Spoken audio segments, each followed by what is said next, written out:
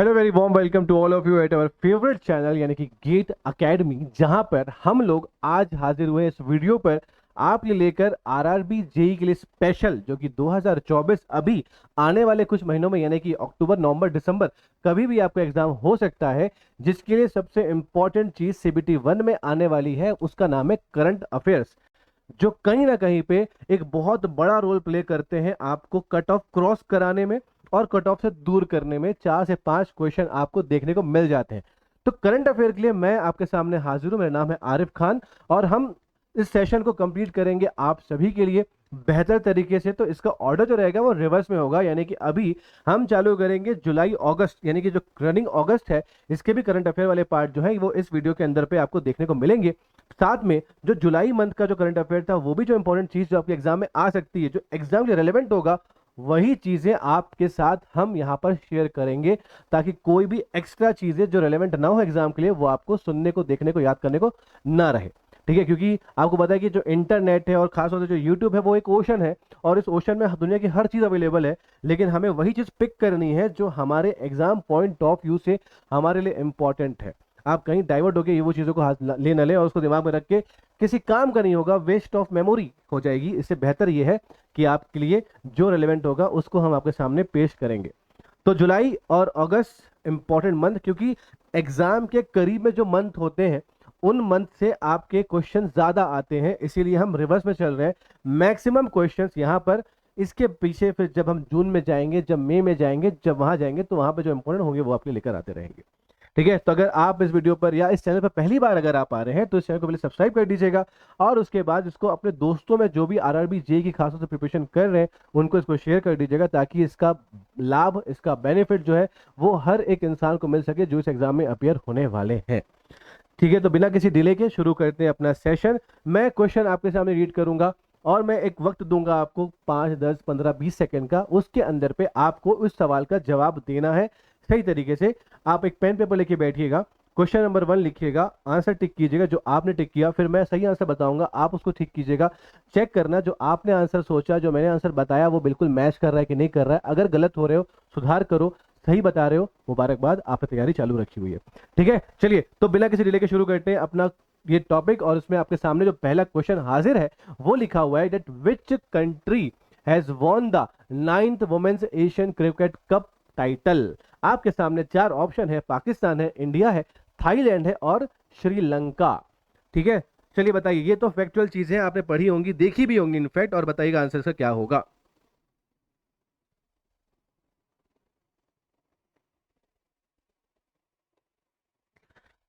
ठीक है, तो यहां पर आपके सामने एक जो चीज आपको देखने को मिल रही है सर, वो ये था कि ये जो है ये 9th नंबर का women's Asian cricket cup title था। सबसे इंपॉर्टेंट कि 2024 में हुआ या खेला गया एशियन वुमेन्स कप टाइटल जो था वो कौन से नंबर का था। ऑप्शन में 7th, 8th, 9th और 6th भी हो सकता है। हम कंफ्यूज यहां पर हो सकते हैं, तो बेहतर यह है कि इस क्वेश्चन से हम एक आंसर निकाल ले जो फ्यूचर में एग्जाम में आ सकता है। ठीक है, तो जब इसकी बात करें तो याद रखना कि दो टीम कौन कौन सी, इंडिया और श्रीलंका, ये दोनों टीम ने 28 ऑफ जुलाई 2024 को कहां पर खेला फाइनल मैच। तो इनके बीच में हुआ था फाइनल मैच और ये हुआ था श्रीलंका में। ये हुआ था श्रीलंका में, और श्रीलंका में जो हुआ था तो जीता भी कौन, वही टीम जो मेजबानी कर रही थी। जिस टीम ने, जिस कंट्री ने इसको होस्ट किया था उसी ने इस कप को जीता, इस टाइटल को जीता। और श्रीलंका बन जाती है थर्ड ऐसी कंट्री, जो कि थर्ड ऐसी टीम जो कि Asia women's Asian cricket cup को जीती है, इस टाइटल को हासिल किया है। इसके पहले सिर्फ 2 ही देश हैं जिन्होंने इस टाइटल को हासिल किया है, और वो है इंडिया और बांग्लादेश। ठीक है, इंडिया और बांग्लादेश, इन दोनों ने इस कप को हासिल किया है इसके पहले। ठीक है, इसके पहले। चलिए अब यहां पर अगर बात करें तो क्या हो जाएगा सर, ये 9th है ना, आपको समझाता हूं। ठीक है, श्रीलंका थर्ड कंट्री बनी, यानी कि श्रीलंका पहली बार जीती है। तो श्रीलंका ने एक बार टाइटल जीता, कब, 2024 में। बांग्लादेश ने इस टाइटल को एक बार जीता। टोटल हो गए सर 9 टाइटल हो चुके हैं। तो इंडिया कितना जीती होगी, बचे हुए सारे मेरे झोली में डाल दो। यानी कि इंडिया, यानी कि हमने, जो हमारी महिलाएं हैं, हमारी जो लड़कियां, जो छोरियां हैं, जो किसी छोरों से कम नहीं है, उन्होंने 7 बार women's Asia cricket cup title को हासिल किया है? खेला कहाँ पे गया था? श्रीलंका में। जीता कौन है? श्रीलंका जीती है। तो फटाफट आप लोग कमेंट बॉक्स में बताइएगा कि प्लेयर ऑफ द मैच इस टूर्नामेंट पे कौन रहा है। ठीक है, प्लेयर ऑफ द मैच इस कॉम्पिटिशन में कौन रहा है? ठीक है, तो मैं बता दूं कि उस फाइनल में इस फाइनल में जो प्लेयर ऑफ द मैच रहे हैं, जो प्लेयर ऑफ द मैच रहे हैं, उनका नाम क्या है? तो बोलना उनका नाम है हर्षिता। उनका नाम क्या है? हर्षिता। अच्छा परफॉर्मेंस कहां पे रहा इनका? यहां पे रहा। ठीक है, तो सॉरी, ये है women of the match, not man of the match, women of the match. और जो वुमेन यानी कि प्लेयर ऑफ द टूर्नामेंट थे, जो प्लेयर ऑफ द टूर्नामेंट थे, ठीक है, जो प्लेयर ऑफ द टूर्नामेंट है, उनका नाम है चमारी अट्टापट्टू। चमारी अट्टापट्टू ये है प्लेयर ऑफ द टूर्नामेंट। और हर्षिता जो है वो क्या है? Player of the match. Difference समझ में आता है? पूरे टाइटल में पूरे के पूरे मैचेस मिलाकर जो अच्छा परफॉर्मेंस था वो चमारी अट्टापट्टू का था। और जो उस पर्टिकुलर मैच में प्लेयर ऑफ द मैच जो रही थी वो रही थी हर्षिता। उनका परफॉर्मेंस उस गेम में, उस पर्टिकुलर फाइनल में ज्यादा अच्छा था। तो ये इतने क्वेश्चंस हैं जो आपको, इतनी चीजें जो है जो आपको इस एग्जाम में आप से इस टाइटल के अंदर पूछा जा सकता है। आई होप ये वाला पॉइंट आपको क्लियर हो गया होगा। तो ऐसे करंट अफेयर पढ़ना है। तो देखो यहां पर ना आप ये समझो कि अगर आप अगर कोई बुक रीड कर रहे हैं, अगर आप कोई पेपर पढ़ रहे हैं, तो आपको किस तरीके से ग्रैब करना है उन पर्टिकुलर न्यूज को जो कि आपके एग्जाम के लिए इंपॉर्टेंट हो सकती हैं। ठीक है, तो दो चीजें इंपॉर्टेंट दोस्तों मैं बता दूं आपको, सिलेबस और क्वेश्चन पेपर। सिलेबस ये बताता है कि मुझे क्या पढ़ना है, और मुझे क्वेश्चन पेपर ये बताता है कि मुझे कितना पढ़ना है, यानी कितनी गहराई में इस टॉपिक को पढ़ना है। ये दो चीजें आपको, इन दोनों चीजों से मालूम चलती है कि आपका आगे किस तरीके से सफर होने वाला है। ठीक है, अगला क्वेश्चन करेंगे। लिखा हुआ है after being ruled out of the 2024 Olympics, Paris Olympics, who had announced his retirement from the Indian tennis, from the Indian tennis? बताइए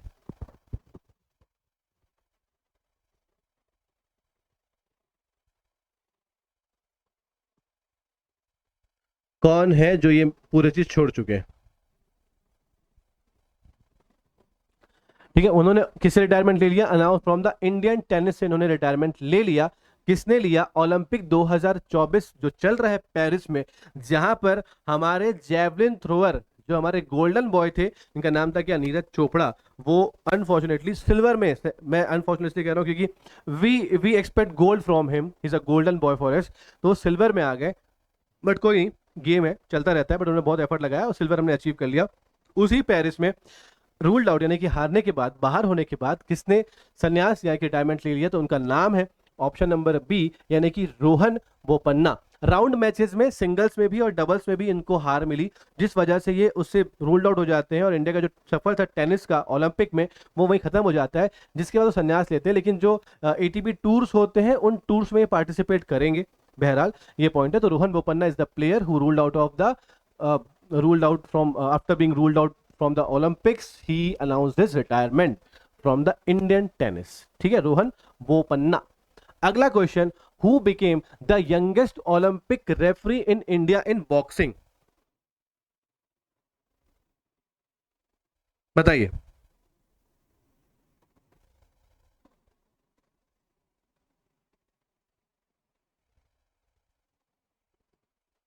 चलिए बताइए क्या होगा इसका answer. Who became the youngest Olympic referee in India in boxing? बड़ा मजेदार और important सवाल है, एग्जाम में आएगा, क्योंकि ओलंपिक से एक क्वेश्चन आप, मैं साइन कर दूंगा लेकिन आप लिख लीजिएगा कि वो आके रहेगा, वो आके रहेगा। ठीक है, तो हमारे जो आंसर है ऑप्शन में कौन कौन है?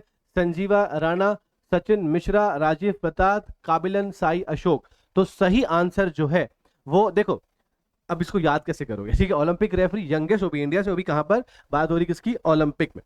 तो ऐसा व्यक्ति जो क्या होगा उस जगह जाने के लिए, क्या होना चाहिए? डिजर्विंग होना चाहिए, यानी कि क्या होना चाहिए?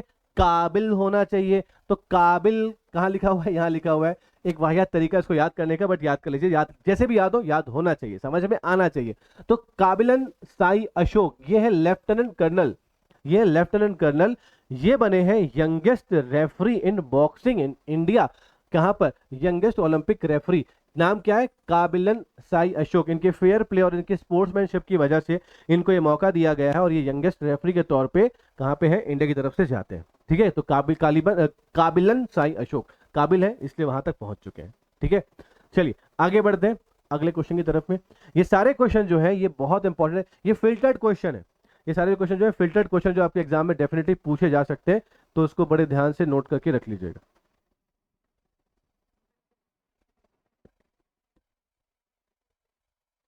ठीक है, चलिए। गंगायान Gaganyaan astronauts will travel to ISS in the joint mission with, ठीक है, जाक्सा, नासा, ईएसए या फिर रॉसकॉस्मोस। बताइए, बताइए क्या होगा इसका जवाब?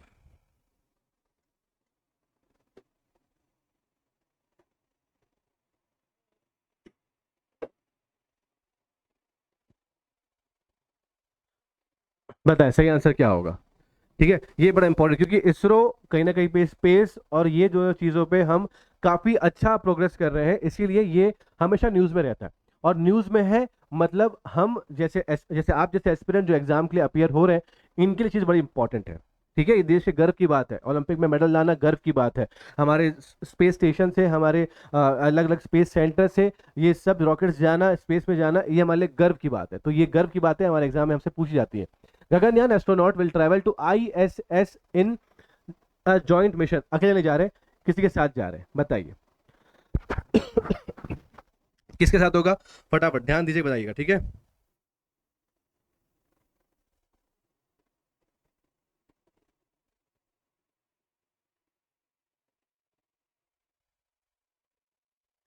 तो ये जाने वाले कौन है, सवाल ये भी होगा। तो बोलना सर जो एस्ट्रोनॉट जा रहे हैं वो हमारे कौन है? वो हमारे इंडियन पायलट्स हैं। ठीक है, ये हमारे एयरफोर्स से क्या रहेंगे? पायलट्स हैं। ये सब जा रहे हैं कहाँ पर? इन आईएसएस में। अब ये आईएसएस क्या हो जाता है? तो बोला सर आईएसएस जो होता है वो होता है इंटरनेशनल स्पेस स्टेशन। ये क्या होते हैं? इंटरनेशनल स्पेस स्टेशन पे जो हमारे एस्ट्रोनॉट जा रहे हैं, इंटरनेशनल, मैं भूल गया था क्या लिख रहा हूँ मैं, international space station, space station. ठीक है, तो यहां पर जो है ये हमारे कौन जा रहे हैं? तो बोलना गगनयान कौन ले जा रहा है? नासा के साथ जॉइंट मिशन में हम जा रहे हैं। कहां पर? आईएसएस में एस्ट्रोनॉट्स को लेके दे विल ट्रेवल। कौन? इंडियन एयर फोर्स के पायलट्स। ठीक है, pilots from Indian air force. चलिए अगला क्वेश्चन जो रहेगा वो क्या रहेगा? ये रहेगा, Anshuman Gaekwad who passed away recently was related to which field? ठीक है, ऑबिचुरीज, ऑबिचुरीज बड़ी इंपॉर्टेंट है। क्यों? वो एक मशहूर हस्ती या कोई फेमस पर्सनैलिटी अगर इस दुनिया से जाती है, रुखसत कर जाती है, तो हमारे लिए एक लॉस की बात होती है। और जानना जरूरी है कि वो पर्सनैलिटी, वो जो व्यक्तित्व था, वो व्यक्ति जो था, वो किस क्षेत्र से था, ताकि याद रहे, उनके कामों को याद किया जा सके। तो वो फुटबॉल से थे, कि वो क्रिकेट से थे, कि वो टेनिस से थे, कि वो हॉकी से थे? तो Anshuman Gaekwad is the name. ठीक है, जिनका रिसेंटली क्या हुआ, देहांत हो गया। ये कौन सी फील्ड से थे? बताइए आंसर क्या हो सकता है। सोचिएगा, मैं हट जा रहा हूं ताकि आप समझ पाए।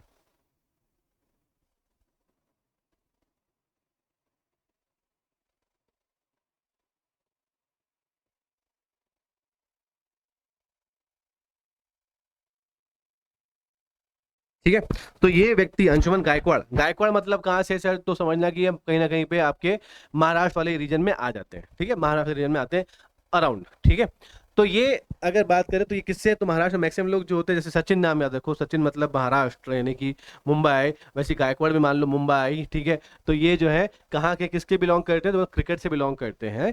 और इनकी रिसेंटली क्या हुआ, जुलाई 2024, 31 जुलाई 2024 में इनका देहांत हो जाता है। ब्लड कैंसर हुआ था। ये कौन है? तो बोलना ये इंडियन टेस्ट क्रिकेट प्लेयर, ये क्रिकेट प्लेयर थे जिन्होंने टेस्ट मैच की शुरुआत जो खेलना शुरू किया था 1974 में, ईडन गार्डन में इन्होंने अपना डेब्यू किया था वेस्ट इंडीज के अगेंस्ट में। ये रिसेंटली पास अभी मतलब चले जाते हैं, इनका देहांत हो जाता है। बीसीसीआई ने इनके इलाज के लिए 1 CR का खर्चा भी किया था, बाहर का अच्छा ट्रीटमेंट हो सके करके। तो जो अच्छे चेहरे होते हैं, जो अच्छे व्यक्तित्व के लोग होते हैं, उनका सपोर्ट करने कहीं ना कहीं कोई ना कोई से जरूर पहुंच जाते हैं। ठीक है, तो अनफॉर्चुनेटली वो हमारे बीच में अभी नहीं है, बट क्रिकेट से बिलोंग करते हैं, ये हमको पता होना चाहिए। Who has been elected as the new chairman of Union Public Service Commission? Ultra pro max, important question है ये। कोई बता सकता है क्यों होगा? कमेंट मुझे बताना कि क्वेश्चन इंपॉर्टेंट क्यों है।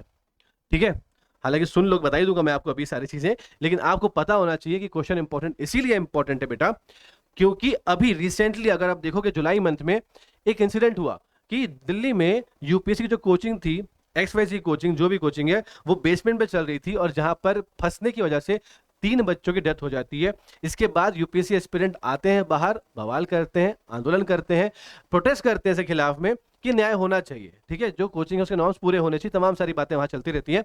तो इसीलिए जो न्यूज में हमारे लिए आ गया एग्जाम पॉइंट ऑफ व्यू से, वो है क्या, यूपीएससी।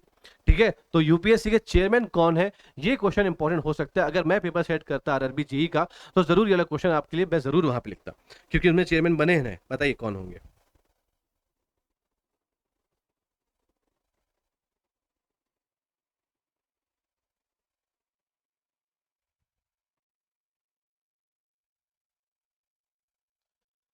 तो आंसर है इसका अकबरुद्दीन साहब, नहीं, ये नहीं। आंसर जो है वो कौन है, प्रीति सुदन। ठीक है, क्या नाम है इनका, प्रीति सुदन। प्रीति सुदन, ये कौन है, तो याद रखना यूपीएससी क्या करता है सर, वो नेशनल लेवल के जो एग्जाम्स होते हैं, जो कि एक ग्रेड 1 एग्जाम्स होते हैं, उस एग्जाम का कंडक्ट जो है वो कौन करता है, वो यूपीएससी करता है। चाहे वो सिविल सर्विसेज के एग्जाम हो, चाहे आपके इंजीनियरिंग सर्विस के एग्जाम हो, चाहे सीएपीएफ के एग्जाम हो, चाहे वो ईएसआईसी के एग्जाम्स हो, कुछ भी एग्जाम्स हो, जो बड़े एग्जाम्स होते हैं, ग्रेड के, हाई ग्रेड के एग्जाम्स होते हैं, वो उसकी जो कंडक्ट होता है वो यूपीएससी के द्वारा किया जाता है। और यूपीएससी, एक बात याद रखो, क्योंकि आपके सब्जेक्ट में जनरल अवेयरनेस भी है, यूनियन पब्लिक सर्विस कमीशन। अब बच्चे कंफ्यूज मत हो जाना आप लोग इस चीज पे कि सर यूपीएससी यूपी में होता है क्या, कि यूपी लिखा है, तो बोलना जो यूपी में होता है वो यूपी का पीएससी होता है दोस्तों। ठीक है, बड़ी कंफ्यूजन है यहाँ लोगों को ना, यूपीएससी को उन लोग उत्तर प्रदेश सर्विस कमीशन बोल देते हैं। भाई सिविल कहाँ गया, खा गए। ठीक है, तो क्या हो जाएगा, वो यूनियन पब्लिक, भाई लोक सेवा कर रहे हो ना, लोक सेवा कर रहे हो, पब्लिक सर्विस, तुम्हारी पब्लिक कहाँ गई यहाँ पे, यूनियन पब्लिक सर्विस कमीशन, लोक कहाँ है, नहीं है ना। तो यूपीपीएससी होता है वो, यूपी वाला। ठीक है, मैं बता दूं क्योंकि कंफ्यूज बहुत सारे बच्चे होते हैं। यूपीएससी क्या है, तो बोलना सर यूपीएससी का जिक्र जो है वो हमारे इंडियन कॉन्स्टिट्यूशन में किया गया है। ये आप जनरल अवेयरनेस की क्लासेस में देखोगे, अभी यहाँ पे जो क्लासेस में आप हो ना, तो वहाँ पे जीए की क्लासेस देखिएगा, वहां पर लिखेगा, पढ़ोगे कि यूपीएससी क्या है, एक कॉन्स्टिट्यूशनल बॉडी है। मतलब सर किसको हम बोलते हैं कॉन्स्टिट्यूशनल बॉडी, तो बोलना बेटा जो बॉडीज कॉन्स्टिट्यूशन बनते वक्त, जब हमारे देश का संविधान बना, उस वक्त जिन बॉडीज को यहां पर शामिल किया गया था, those bodies are called as constitutional bodies. Example UPSC, example Election Commission of India, example Finance Commission, example आपका जो National Commission for Scheduled Caste है, ये सब उसके एग्जाम्पल्स हैं। ठीक है, ये सब उसके एग्जाम्पल हैं। और सीएजी का जो ऑफिस है वो भी एग्जाम्पल है इस चीज का कि वो कॉन्स्टिट्यूशनल बॉडीज हैं। These are very very very important. ठीक है, तो इसमें क्या होता है, बोलना सर इसमें एक चेयरमैन होता है। ठीक है, इसमें एक चेयरमैन होता है और उसके अंदर नॉर्मली 10 मेंबर्स होते हैं। नॉर्मली 10 मेंबर्स होते हैं, इनमें से आधे मेंबर्स को गवर्नमेंट में वर्क करने का अच्छा खासा तजुर्बा होना चाहिए। वो कंडीशन है, वो बहुत सारी कंडीशन है, जनरल अवेयरनेस का टॉपिक है, उसमें आप पढ़िएगा, आपको समझ में सब कुछ आ जाएगा। तो फिलहाल के लिए प्रीति सुदन जो है वो चेयरमैन है। पेपर को अगर टफ किया जाना चाहिए, अगर पेपर को टफ करता है तो ये पूछेगा कि प्रीति सुदन जो कि यूपीएससी की चेयरमैन बनी है, वो किसको रिप्लेस करके आई है, तो क्या नाम लोगे, तो बोलना वो है मनोज सोनी। ठीक है, मतलब Manoj Soni was the former chairman of Union Public Service Commission, former chairman of Union Public Service Commission. ठीक है, तो ये आपका ऑप्शन नंबर डी फिलहाल सही है।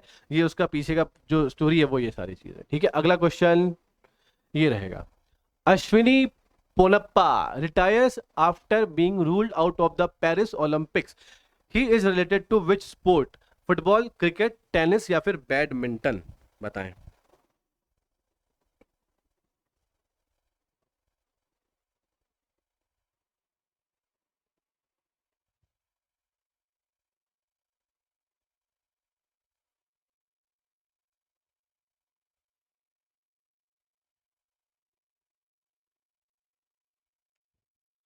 चलिए बताइए क्या होगा। अश्विनी पोनप्पा, इन्होंने क्या किया, जब इनको पेरिस अभी ओलंपिक से रिटायर हुए, तो इन्होंने जो रिटायर हुए तो जाहिर सी कौन से स्पोर्ट, क्योंकि ओलंपिक्स है तो ओलंपिक्स में कुछ भी चीज आ सकती है, तो ये क्या है, स्पोर्ट की बात करेंगे, तो स्पोर्ट कौन सा है, तो बोले स्पोर्ट जो है वो है बैडमिंटन। ठीक है, बैडमिंटन, तो बैडमिंटन से बाहर हो गए थे, डबल्स में हो गई थी, डबल्स में। ठीक है, और ये अच्छी प्लेयर है, अच्छे प्लेयर हैं, जो इनका जो कॉम्बिनेशन बना था साथ में अच्छा होता, ज्वाला गुट्टा नाम सुना होगा आपने उनका, उनके साथ इन्होंने कॉम्बिनेशन में बहुत सारे मेडल्स जीते हैं। तो ये रिटायर हो गए अपने इस चीज़ से, इस अपने से करियर से, स्पोर्ट्स से। उसका नाम है क्या? बैडमिंटन। ठीक है, कॉमनवेल्थ गेम्स में इन्होंने गोल्ड मेडल भी प्राप्त किया था। बट ठीक है, इनकी जर्नी यहाँ पर एंड होती है ओलंपिक के साथ में। अगला क्वेश्चन जो रहेगा, which state has issued N alert regarding the recently spreading Chandipura virus? ठीक है, Chandipura virus. Which state has issued N alert, alert जारी किया है किसके द्वारा? क्यों एक वायरस स्प्रेड हो रहा है, उसका नाम क्या है? चंदीपुरा। तो वायरस का नाम याद रख लीजिएगा, चंदीपुरा वायरस। गुजरात, बिहार, केरल या फिर कर्नाटक?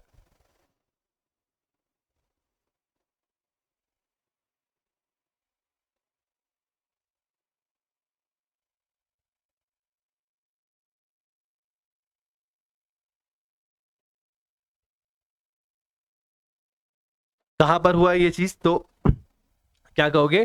चंदीपुरा, चंदीपुरा वायरस ये कहाँ पे स्प्रेड हुआ? ये होता किस में है? ये वायरस जो होता है पूछेगा ये अब, क्योंकि दो चीज इंपॉर्टेंट है, कहां पर स्प्रेड हुआ और इस वायरस से किस चीज को अफेक्ट किया जाता, कौन सी चीज अफेक्ट हो रही है। तो बोलना इससे जो अफेक्ट हो रहे हैं वो बच्चे हो रहे हैं, kids, kids are getting affected from this virus, Chandipura virus. जो स्प्रेड कहाँ पे हुआ है? तो कहना गुजरात में। ऑप्शन नंबर ए, जहां पर अलर्ट जारी कर दिया है कि बच्चों का ध्यान रखा जाए और डॉक्टर जो रहे वो एकदम अलर्ट पे रहे कि कभी भी किसी वक्त अगर बच्चे को आते तो उसका सही ट्रीटमेंट उसको दिया जाना चाहिए इस वायरस से बचने के लिए। तो इंपॉर्टेंट क्या है? तीन चीजें, वायरस, चंदीपुरा वायरस, जगह गुजरात, तीसरा किसको हो रहा है? तो कहना बच्चों को हो रहा है। ठीक है, किससे? और उसका एजेंट कौन है? तो बोलना वायरस उसका एजेंट है, सिंपल सी बात है। चलिए अगला question, which of the following statement is or correct about the India Mobile Congress 2024? India Mobile Congress, ठीक है, 2024। फर्स्ट पॉइंट है, India Mobile Congress 2024 is the 8th edition of the India Mobile Congress. The theme of India Mobile Congress 2024 is the future is now. ठीक है, the future is now. बताइए, मैं हटता हूं, आप क्वेश्चन पढ़िए, बताइए कौन कौन सा इसका सही जवाब हो सकता है।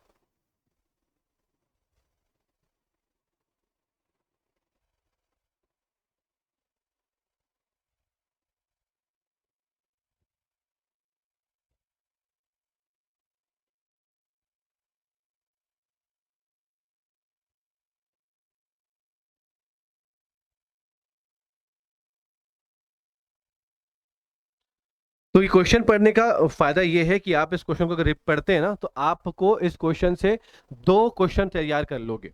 एक आपके लिए इंपॉर्टेंट चीज है क्या? कि इंडिया मोबाइल कांग्रेस, ठीक है, इंडिया मोबाइल कांग्रेस जो एक इवेंट है जो अभी देश में हुआ है, वो कौन से नंबर का है? तो क्या बोलोगे? Sir it is the 8th edition of the India Mobile Congress, जो 2024 में हुआ, ये 8th edition, it is absolutely correct. ठीक है, तो एक क्वेश्चन आपका बनेगा क्या, कौन सा एडिशन है? जैसे हम लोग देखा था कि एशिया वुमेन कप टाइटल जो था, क्रिकेट टाइटल जो था, वो कौन सा एडिशन था? बोलोगे वो 9th एडिशन था। सिमिलरली ये जो है, ये क्या है? ये 8th एडिशन है। तो पहला पॉइंट जो है, it is 100% correct. The theme of the India Mobile Congress is 2024 is the future is now. हम बोलते हैं ना कल करेंगे, फ्यूचर पे करेंगे, तो फ्यूचर यही है। यही क्या है? फ्यूचर है। यानी बोला कि फ्यूचर में गवर्नमेंट जॉब लग जाएगी, तो यही फ्यूचर है आपका 2024, जहां आपका गवर्नमेंट जॉब लग जाएगी अगर आरआरबी जेईई आप दे रहे हैं तो। ठीक है, तो उसको टारगेट किया हुआ है। तो future is now, the future is now, यानी कि दोनों स्टेटमेंट क्या हो जाएंगे? करेक्ट हो जाएंगे।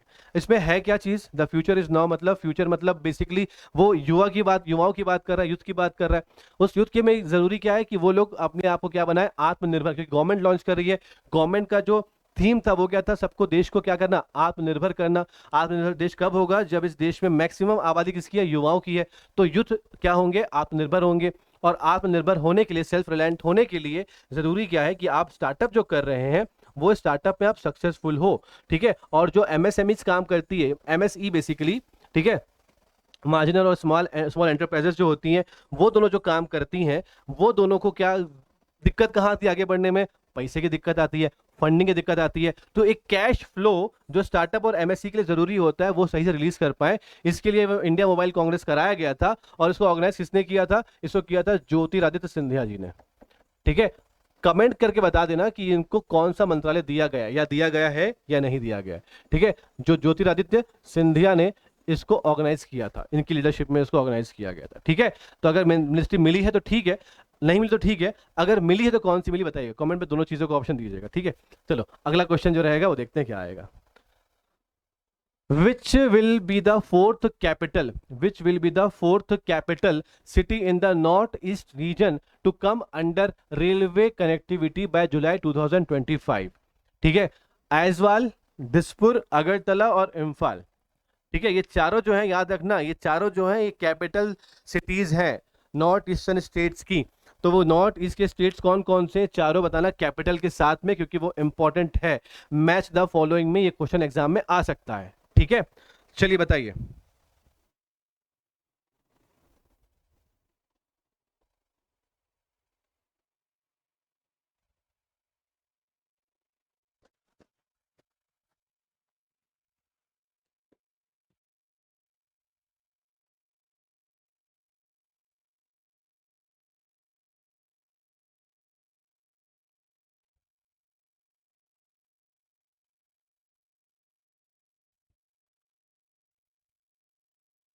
बताइए, कोई आंसर दे रहा होगा तो कमेंट में बिल्कुल कर सकते हैं। ठीक है, तो इसमें जो ऑप्शन आपके सामने है, ठीक है, वो कौन सा वाला, फोर्थ वाला बोल रहा है। तो तीन और कौन सी होगी? एक है नाहर लगून, नोट कर लीजिएगा, बहुत इंपॉर्टेंट है। ठीक है, नाहर लगून। ये अगला जो है वो है अगरतला, वो क्या है, अगरतला। और तीसरा जो है वो क्या है, वो है गुवाहाटी। ये तीन ऐसी सिटीज है जिन सिटीज पे क्या है, रेलवे कनेक्टिविटी है। रेलवे कनेक्टिविटी है। हम अगर ट्रेवल करते हैं इस देश के अंदर में, तो हम इंडियन रेलवेज में या SECR, northern railway, central railway, south railway, इसमें ट्रेवल करते हैं। जब हम नॉर्थ ईस्ट की बात करते हैं तो वहां जो रेलवे चलता है, जो जोन है, वो है क्या, एनएफआर। ठीक है, north eastern frontier railway. North eastern frontier railway, इसके अंदर पर चार अलग अलग जगह पर शहरों पे क्या है, कनेक्टिविटी है।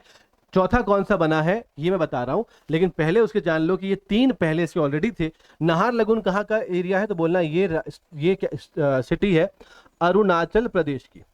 कहाँ की है, तो कहना अरुणाचल प्रदेश की। अगरतला किसका कैपिटल है, तो क्या बोलोगे, त्रिपुरा। ठीक है, गुवाहाटी कहाँ पर, तो बोलोगे असम। मैं कैपिटल ही बता रहा हूँ, सिटी बता रहा हूँ। ठीक है, ये तीन सिटीज में ऑलरेडी जो है वो आपकी कनेक्टिविटी है। जो चौथा जो सिटी है उसका नाम क्या है, तो बोलना आइजवाल। कैपिटल किसका, तो बोलना ये मिजोरम का कैपिटल है। It is capital of Mizoram. ये फोर्थ जो रेलवे कनेक्टिविटी मिलने वाली है वो यहां पर मिलने वाली है। क्लियर हुआ होगा? तो सिर्फ आप एक क्वेश्चन से एक आंसर नहीं पढ़ रहे हो, आप एक क्वेश्चन से मल्टीपल क्वेश्चन पढ़ ले रहे हो, जिससे आपको आने वाले एग्जाम में इस पॉइंट से कोई सा भी क्वेश्चन है तो आपको मिल जाएगा। क्योंकि एग्जाम जो है आरआरबी का है और यहाँ पर हम रेल कनेक्टिविटी की बात कर रहे हैं, तो उस लिहाज से ये क्वेश्चन आपके एग्जाम के लिए ज्यादा इंपॉर्टेंट हो जाता है। ठीक है, तो क्या होगा, ये ज्यादा इंपॉर्टेंट हो जाएगा क्वेश्चन आपके एग्जाम पॉइंट ऑफ व्यू से। ठीक है, चलिए आगे बढ़ते हैं अगले क्वेश्चन की ओर। अगले क्वेश्चन की ओर, which state government has made it mandatory for tourist vehicles to carry garbage bags? Sikkim, Uttarakhand, Arunachal Pradesh और हिमाचल प्रदेश। चार ऑप्शन आपके सामने हाजिर हैं।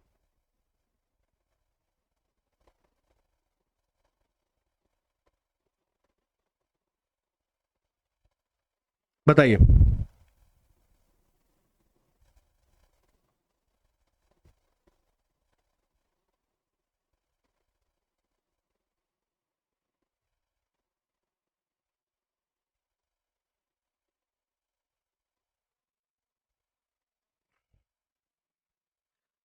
बस जवाब होगा ऐसा, क्योंकि टूरिस्ट प्लेस की बात हो रही है ना, तो टूरिस्ट प्लेस की बात होगी तो वहीं पे टूरिस्ट व्हीकल्स आएंगे। तो जितने भी बाहर के लोग वहां पर आएंगे उस स्टेट में, they have to carry the garbage bags. It is mandatory for all the tourist vehicles.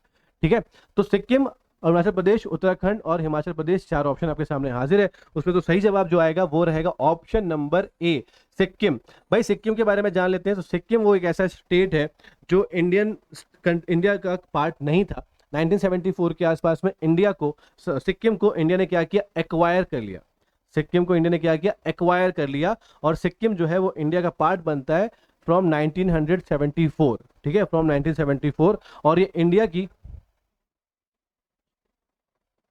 ठीक है, और ये जो है सिक्किम जो है ये इंडिया का सबसे छोटा स्टेट है, या लीस्ट लीस्ट पॉपुलेटेड स्टेट है। क्या है, तो बोलना लीस्ट पॉपुलेटेड स्टेट है।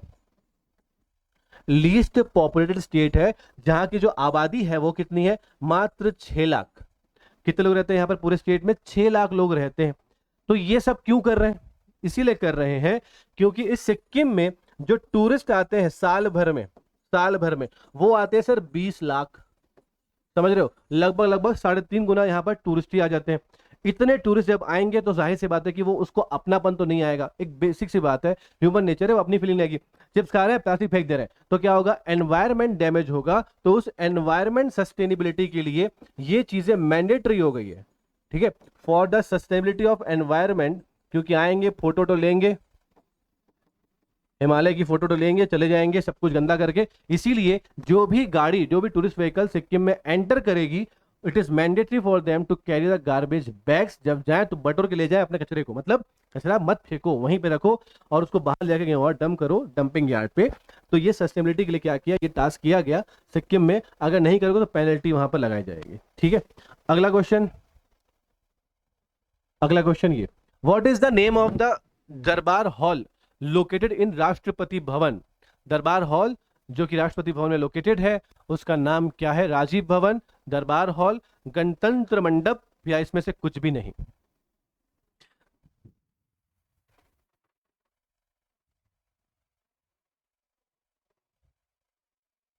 ठीक है, चार चीजें आपके सामने हाजिर हैं।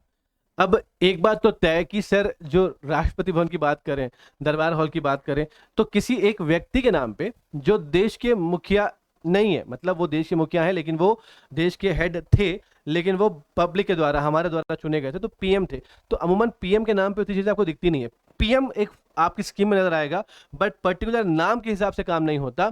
ठीक है, मोदी चौक बन सकता है, राजीव चौक बन सकता है, राजीव नगर बन सकता है, लेकिन संवैधानिक जगह पे, जो कि राष्ट्रपति भवन क्या है, राष्ट्रपति क्या है, संवैधानिक पद है, उस भवन में कभी इस व्यक्ति विशेष के नाम से तो नाम नहीं बनेगा, तो राजीव भवन तो नहीं होगा।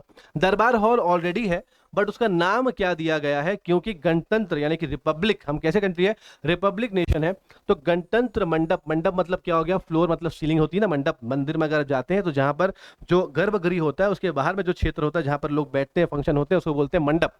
तो यहां पर भी क्या हो जाएगा, ये गणतंत्र मंडप उसको नाम दिया गया है, किसको, दरबार हॉल को, जो कहां पर है, राष्ट्रपति भवन के अंदर पे है।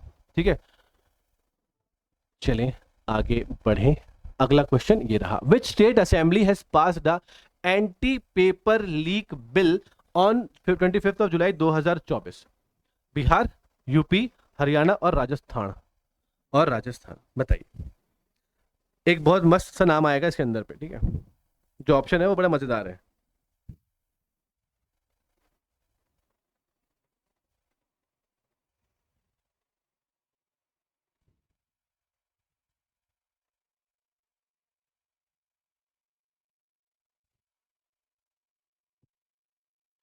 पेपर लीक, क्योंकि अभी हाल फिलहाल में अगर देखोगे कि नीट का एग्जाम की बात की या जो आसपास स्टेट के एग्जाम्स होते हैं, वहां पर ये पेपर लीक के जो मामले ना बहुत ज्यादा हो गए।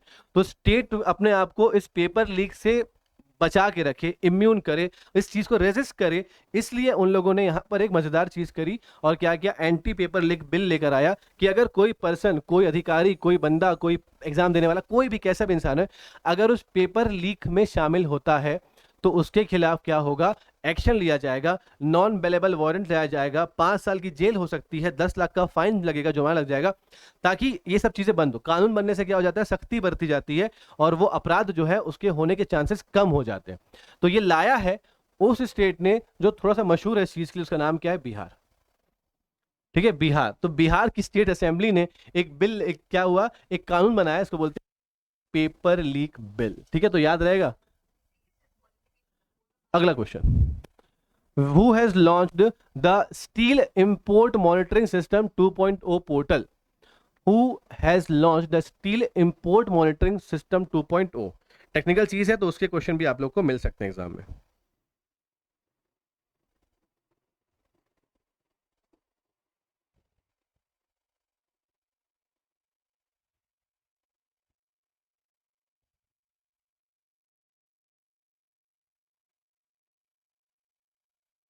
Steel import monitoring system, question क्या है, who launch the steel import monitoring system 2.0 portal?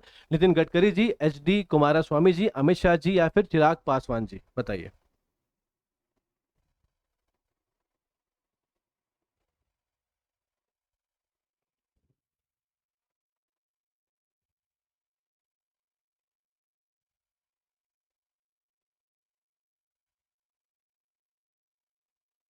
एक अच्छा क्वेश्चन है, आपके एग्जाम पॉइंट से बड़ा इंपॉर्टेंस है। बताइए क्या होगा उसका जवाब।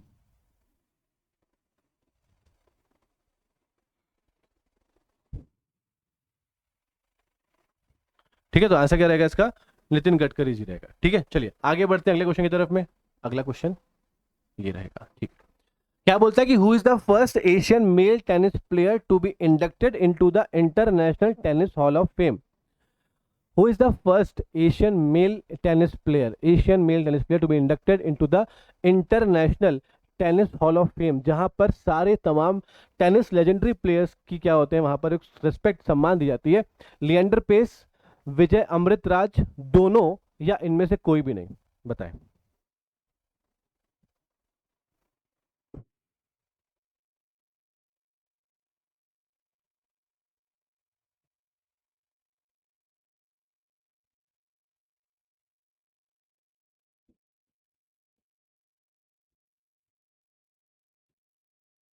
बताइए। तो ये tennis hall of international Tennis hall of fame ये कहां पर मौजूद है? पहली बात ये तो बोला सर ये है यूएसए यानी कि यूनाइटेड स्टेट्स ऑफ अमेरिका में। कहां पर है ये? यूएसए यानी कि यूनाइटेड स्टेट्स ऑफ अमेरिका में। कौन कौन से दो एशियन टेनिस प्लेयर पूछा हुआ है? मजेदार बात ये है कि दोनों ही प्लेयर, ये दोनों प्लेयर चाहे विजय अमृतराज जी हो या लिएंडर पेस हो, ये दोनों प्लेयर जो हैं ये इंडियन टेनिस प्लेयर हैं। तो क्या बोलोगे? They are the first Indian tennis player as well as first Asian tennis player to be inducted in the International Tennis Hall of Fame of USA। इसलिए ऑप्शन जो C रहेगा both A and B is absolutely correct answer. ठीक है, both A and B जो रहेगा बिल्कुल सही जवाब रहेगा। ये पॉइंट समझ में आ गया। अभी ये बताता हूं कि international Tennis hall of fame में टोटल 28 कंट्री से 28 देश है टोटल। ठीक है, टोटल 28 कंट्रीज से यहां पर अलग अलग टेनिस प्लेयर्स को लाया गया है, मतलब वो हॉल ऑफ फेम में शामिल है। टोटल 267 टेनिस प्लेयर्स को ये एक पार्ट दिया गया है। टेनिस प्लेयर्स जो है पूरे अराउंड द वर्ल्ड, इनको ये इंटरनेशनल हॉल ऑफ फेम पे जगह मिली है, प्लेस मिली है। ठीक है, तो हमारी तरफ से ये कामयाबी की बात है, ये एक अचीवमेंट की बात है। लिएंडर पेस और विजय अमृतराज दोनों यहाँ पर पहुंचे हैं टेनिस हॉल ऑफ फेम पे, first Indian and first Asian too. अगला question, who has been appointed as the new head coach of the Indian men's football team? ठीक है, क्वेश्चन पढ़ते पढ़ते मजा आ रहा था। अच्छा, appointed as a new head coach, Indian मतलब क्रिकेट लग रहा होगा, बट अल्टीमेटली क्या पूछा? Football team, men's football team. तो ऑप्शन क्या है? कल्याण चौबे, आइगोर स्टिमेक, या कि मैनोलो मार्कस, या क्रैग फुलटॉन? ठीक है, क्या होगा जवाब सही? क्या सही आंसर होगा बताइए।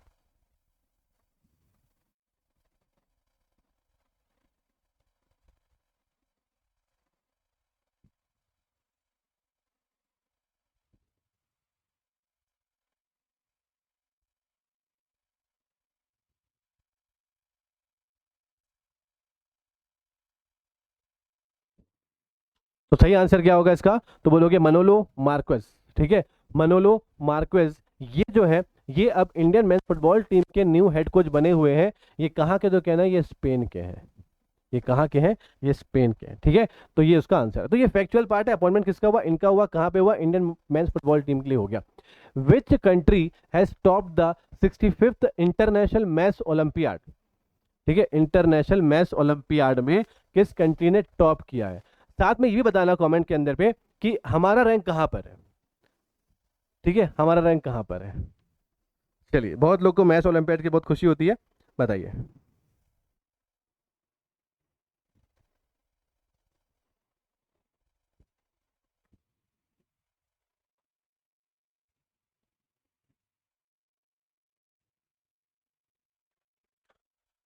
हाँ, अभी मैथ्स ओलंपियाड जो होता है ये हाई स्कूल लेवल पे कंपटीशन होता है, ग्लोबल। ठीक है, ये ग्लोबल कंपटीशन है। थीम मैथ से ऑब्वियसली ये किस लेवल पे होगा? ये हाई स्कूल लेवल पर होगा। और वहां पर इंडियन टीम ने पार्टिसिपेट किया, और जाहिर सी बात है तो इंडिया की तरफ से 6 स्टूडेंट्स ने पार्टिसिपेट किया, और अब तक का सबसे बेहतर प्रदर्शन किया गया था इंडियन स्टूडेंट्स के द्वारा। और हम पहुंचे थे, मैं फर्स्ट नहीं बता रहा हूं, मैं बता रहा हूं हमारा जो रैंक है वो है 4th में। ठीक है, इंडिया ने 4th रैंक अचीव किया। ये बहुत बड़ी अचीवमेंट है कि हम इंटरनेशनल मैथ्स ओलंपियाड में जो हमारे स्टूडेंट्स हैं, हमारे जो लड़के हैं, बच्चे हैं, जो जा रहे हैं और जो जाकर इतने बड़े प्लेटफॉर्म पे अपना नाम रोशन कर रहे हैं और इतनी अच्छी रैंक हासिल करते चले जा रहे हैं। फिलहाल ये क्वेश्चन का पार्ट नहीं है, क्वेश्चन का पार्ट ये है कि किसने टॉप किया है 65th इंटरनेशनल मैथ्स ओलंपियाड को। जिस जिस जगह पर हमारा अच्छा परफॉर्मेंस होगा किसी भी इंटरनेशनल प्लेटफॉर्म पे, वो हमारे लिए एग्जाम पॉइंट ऑफ व्यू से क्या हो जाएगा, इंपॉर्टेंट। ठीक है, फिलहाल इस क्वेश्चन का ये आंसर टॉप के लिए क्या आएगा, अमेरिका। तो अमेरिका ने इसको टॉप किया हुआ है, हम 4th रैंक पे आ गए, तो ये अचीवमेंट अपने लिए भी है। आगे बढ़ते हैं अगले क्वेश्चन पे। वो ये है कि name the Indian driver who won his maiden Formula 2 sprint race at the Hungarian Grand Prix. ठीक है, Formula 2 sprint race at the Hungarian Grand Prix. Arman Ibrahim, Mahavir Raghunathan, Karun Chandhok और कुश मैनी। बताइए कौन होगा इसका सही जवाब। Grand Prix 2।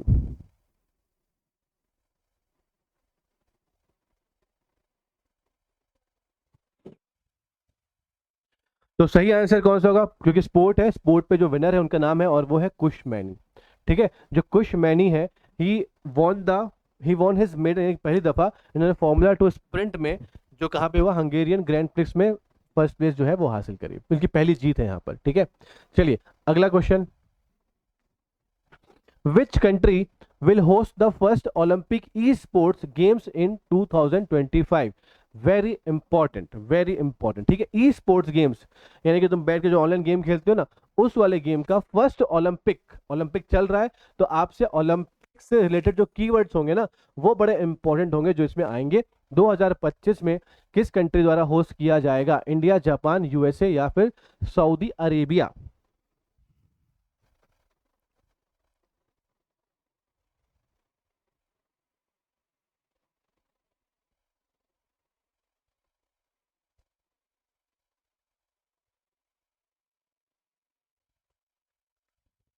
और जो ये ई स्पोर्ट्स है, इसमें जो इंडिया का परफॉर्मेंस है, ये काफ़ी बेहतर परफॉर्मेंस है। तो अगर ऐसे कुछ चीज़ें मतलब शुरू की जाएंगी, तो इसे डेफिनेटली इंडियन ई स्पोर्ट्स को काफ़ी ज़्यादा एक्सपोजर मिलेगा, हाईलाइट हो जाएंगे, और कहीं ना कहीं पे इसका जो डिमांड है देश में ऑलरेडी है काफ़ी ज़्यादा, वो और अच्छा होगा और हमारे प्लेयर्स को और ज़्यादा एक्सपोजर मिल सकता है। और ये जो पहला ओलंपिक है ई स्पोर्ट्स गेम्स का, वो 2025 सऊदी अरेबिया द्वारा होस्ट किया जाएगा।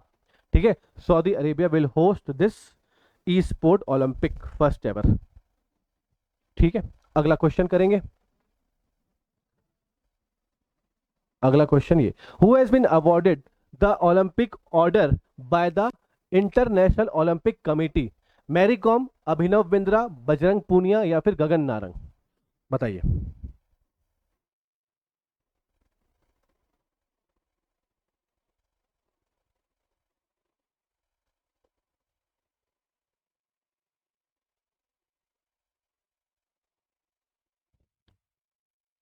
कौन हो सकते हैं आपके हिसाब से, क्योंकि देखो ये कोई ग्रुप को नहीं दिया जा रहा है, ये एक इंडिविजुअल को दिया जा रहा है, या तो मैरी कॉम, या तो अभिनव बिंद्रा, बजरंग पूनिया या फिर गगन नारंग। तो इंटरनेशनल ओलंपिक कमेटी के द्वारा दिया जा रहा है क्या, ओलंपिक ऑर्डर। तो ये दिया गया किसको, अभिनव बिंद्रा को, फॉर इस कंट्रीब्यूशन इन ओलंपिक मूवमेंट। अलग अलग चीजों में इनका कंट्रीब्यूशन रहा। सबसे बड़ी बात कि ये पहले इंडियन है जिनको gold medal, individual gold medal मिला है। ठीक है, इंडिविजुअल गोल्ड मेडल मिला है। गोल्ड मेडल हमको पहले से मिलते आ रहे हैं। हॉकी एक ऐसा गेम है, स्पोर्ट है, जहां पर हमें शुरू से गोल्ड मेडल मिले। लगातार हमने 6 बार गोल्ड मेडल हासिल किया। टोटल हमारे पास 8 गोल्ड मेडल है, 1 सिल्वर है, 4 ब्रॉन्ज है। ऐसा करते हमारे पास 13 मेडल है, किसमें, हॉकी में। लेकिन वो हॉकी जो है वो एक इंडिविजुअल गेम नहीं है, वो एक टीम गेम है। लेकिन जो 10 मीटर एयर राइफल में इन्होंने जो परफॉर्मेंस किया था इसमें ओलंपिक में, वो इनको इस मुकाम पर पहुंचाता है पहले इंडियन के तौर पे कि he was awarded by the Olympic order by the International Olympic committee. पहले भारतीय हैं Abhinav Bindra, is very important. अब आप ये बता देना कि अभिनव बिंद्रा को गोल्ड मेडल मिला ये कौन से ईयर के ओलंपिक में, और वो ओलंपिक कहाँ पे हुआ था, ये कमेंट में आपको मैं जरूर वेट करूंगा इस चीज के लिए। अगला question, where will the winter Olympic and para Olympic games be held in 2034। जब जब जिस समय पे जो चीज़ को डिक्लेयर किया जाता है वो भी चीज़ आपके लिए एग्जाम के लिए इंपॉर्टेंट हो जाती है कि 2034 में 2034 में और विंटर ओलंपिक और पैरा ओलंपिक गेम्स कौन से देश में खेले जाएंगे। Brisbane Australia, Milano Cortina Italy, French Alps French में, Salt Lake City Utah USA में। बताइए कहाँ पर होगा।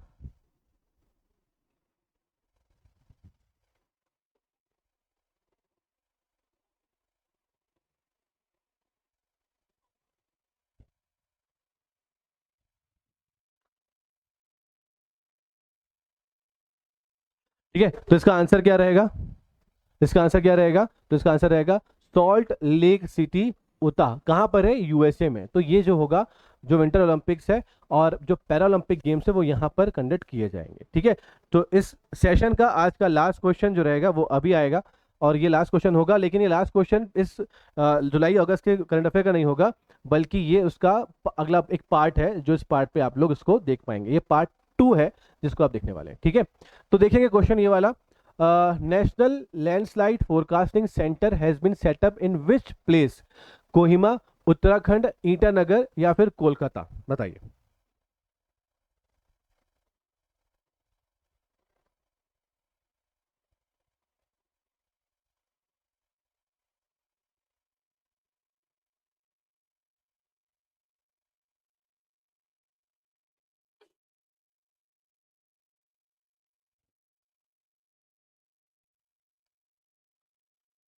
हाँ, मैक्सिमम बच्चे इसका आंसर जो देंगे अपनी मतलब सूझबूझ के साथ में, और वो ये होगा कि भाई यहाँ तो बात हो रही लैंडस्लाइड फोरकास्टिंग की। लैंडस्लाइड ज्यादा कहाँ पर होता है, जहां पर पहाड़ होंगे, जहां पर एक ऐसा डेवलपमेंट होगा जहां डेवलपमेंट नहीं होना चाहिए, पहाड़ों में डेवलपमेंट नहीं होना चाहिए, वो नेचुरल प्लेसेस होती हैं, वो जो टोपोग्राफी को डिस्टर्ब नहीं करना चाहिए।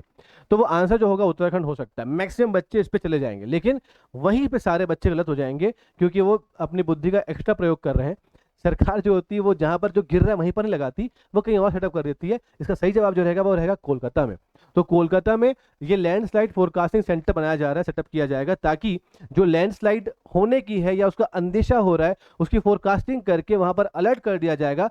ताकि देखो, स्ट्रक्चर का नुकसान तो होगा, लेकिन उस स्ट्रक्चर से किसी की जिंदगी ना खत्म हो जाए या कोई डैमेज ना हो या कोई ऐसी जान माल का नुकसान ना हो, इसीलिए ये फोरकास्टिंग सिस्टम बनाया जा रहा है। और उसका सेटअप जो किया गया सेंटर का, वो कहाँ पे किया गया, कोलकाता में। It is very important. ठीक है, अभी यहाँ पर जो इसका जो वेब पोर्टल बना है उसका नाम क्या है, भूस्खलन। क्या नाम है, भूस्खलन, ये उसका वेब पोर्टल है। ठीक है, और मोबाइल ऐप बनाया गया, क्या नाम है उसका, भू संकेत। भू संकेत क्या है आपका, ये मोबाइल ऐप है। और जो भूस्खलन है ये आपका क्या है, ये वेब पोर्टल है। तो ये दोनों चीजें जो है यहाँ पर आपको बनाई गई हैं ताकि आप लोग क्या करें, ये चीजें बना। ठीक है, वाइस वर्सा कर देना भाई, छोटी सी मिस्टेक है। भूस्खलन जो है ये आपका मोबाइल ऐप है और भू संकेत जो है आपका वेब पोर्टल है, ताकि आने वाले समय पे बारिश के वक्त में या ऐसे समय पर जब ये लैंडस्लाइड बहुत ज़्यादा होती हैं तो उसका आपको एक प्रायर इंफॉर्मेशन या फिर अलर्ट मिल जाए, ताकि आप उस जगह से हटें, उसको वैक्यूम कर दें, ताकि ज़रूरी चीज़ें खुद और जो ज़रूरी के सामान है, लोग हैं, उसको बचा सकें। स्ट्रक्चर डाउन होगा लेकिन हम लोग बच जाएंगे, इस उद्देश्य से इसको चालू किया गया। तो ये था आज का लास्ट क्वेश्चन इस पर्टिकुलर जुलाई अगस्त के सीरीज का। इसके साथ साथ और भी चीज़ें आपको मिलती रहेंगी, अलग अलग जो शॉर्ट्स के माध्यम से हम बहुत सारे आपके व्यूज लेकर, मतलब के ट्रिक्स लेकर आएंगे। अलग अलग पॉइंट ऑफ व्यू वहां पर बताया जाएगा कि एग्जाम में कैसे प्रिपरेशन करनी होती है। ये सब चीजें आपके एक शॉर्ट ट्रिक वीडियो शॉर्ट्स में भी आएंगे, वीडियोस में भी आएंगे। ये लॉन्ग सेशन जो करंट अफेयर के लिए इंपॉर्टेंट है वो भी आएंगे, और एमसीक्यूज भी आपको और इसके अलावा भी जीके के मिलते रहेंगे। तो बने रहिए ऐसी वीडियो के साथ हमारे साथ, यानी कि गेट एकेडमी के साथ में। और जो भी डाउट सवाल जवाब होंगे वो कमेंट बॉक्स पे आप पुट कर सकते हैं, उसके जवाब आने वाले वीडियो में आपको दिए जाएंगे, बशर्ते आप उस वीडियो पर पहुंचे। अगर पहली बार आपने इस वीडियो को देखा और अब तक बने हुए हैं तो अगर सब्सक्राइब नहीं किया, सब्सक्राइब कर लीजिएगा। लाइक शेयर करना ये आपकी जिम्मेदारी है, क्योंकि आपको इससे अच्छा कंटेंट आपको नहीं मिलेगा। सारी चीज़ें आपको उसके अलावा जो ऐप है वहाँ पर दी जाएगी। और अगर आप इस कोर्स को बहुत सीरियसली प्रिपेयर कर रहे हो, करना चाहते हैं, तो आपके लिए ऐप है गेट एकेडमी का, उसको डाउनलोड कर लीजिएगा। उसके अंदर जो कोर्सेज है उस पर एनरोल हो जाइएगा। डिटेल में अफोर्डेबल प्राइस के अंदर पे आपको कोर्सेज दिए जा रहे हैं। ठीक है, तो अभी के लिए इतना ही। Thank you so very much, bye bye, take care, God bless you. अलविदा दोस्तों।